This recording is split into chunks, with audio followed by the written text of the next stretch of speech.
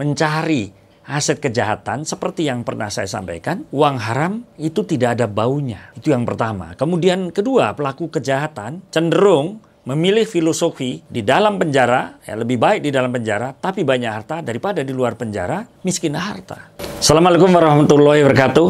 Jumpa kembali dengan FW Legal Voice. Menindaklanjuti tuntutan masyarakat. Kenapa pentingnya Undang-Undang Perampasan Aset? Apa dampak preventif dari ancaman bagi pelaku kejahatan seperti itu?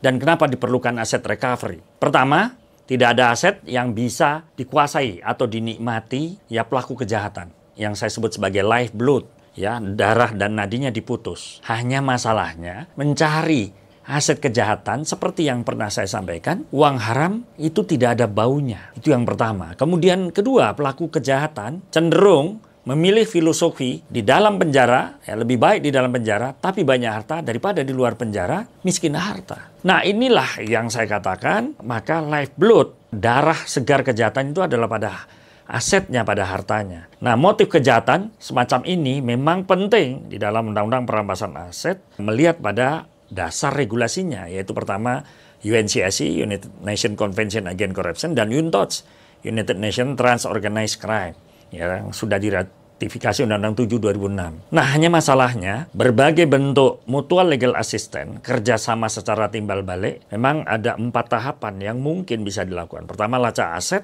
kepemilikan termasuk penyimpanannya di mana, kemudian siapa pelaku dan tindakan perampasan yang bisa dilakukan, misalnya larangan transfer, larangan konversi, larangan memindahkan kekayaan hasil kejahatan tersebut. Nah, kemudian tindakan confiscation atau penyitaan, termasuk pengembalian setelah terima aset dari negara di mana aset itu berada kepada negara korban. Ini membutuhkan negotiation plea atau plea bargaining antar negara. Ada 8 section yang perlu menjadi perhatian di dalam 2 konvensi itu. Pertama, defining aset, pendefinisian aset maksudnya, dan offenses subject NCB, yaitu mendefinisikan dan merumuskan pelanggarannya tanpa harus melalui proses pidana. Kedua adalah measures investigation, investigasi yang meyakinkan. Caranya bagaimana? Melakukan identifikasi aset. Kemudian procedural evidensi konsep. Jadi harus ada konsep hukum pembuktian yang jelas. Kemudian parties proceeding.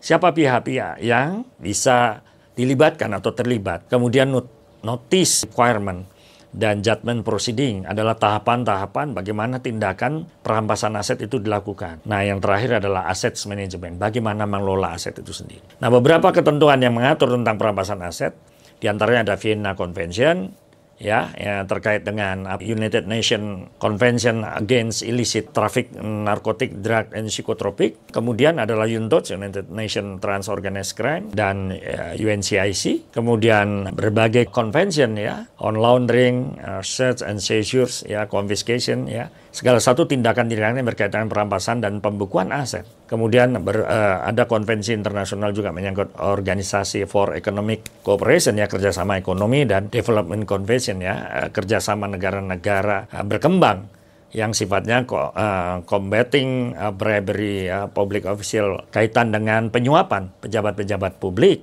atau pejabat-pejabat asing, di mana di situ ada upaya-upaya yang bisa dilakukan, sifatnya bisa melakukan semacam reasoning, penjelasan yang masuk akal, bagaimana upaya kerjasama antar negara itu yang sifatnya business transaction itu bisa dipantau dan bisa dibekukan, bahkan transaksinya dibatalkan jika itu menyangkut kejahatan. Dalam konteks perampasan aset, ada konsep namanya in rem, yaitu mengejar asetnya. Kalau in personam, melalui proses pidananya. Memang bisa dilakukan in rem ini, pengejaran aset, jika pelakunya buron atau tidak diketahui asal-usulnya, atau pelakunya meninggal dunia sebelum ada putusan pengadilan, atau ada hak imunitas yang dimiliki oleh pelaku-pelaku kejahatan. Kemudian ada pihak ketiga yang tidak bersalah, tapi dia menguasai aset itu sendiri. Dan yang terakhir biasanya ada problem evidential test, yaitu atau evidential minimum, yaitu bukti yang cukup jadi problem dalam perampasan aset. Kira-kira itu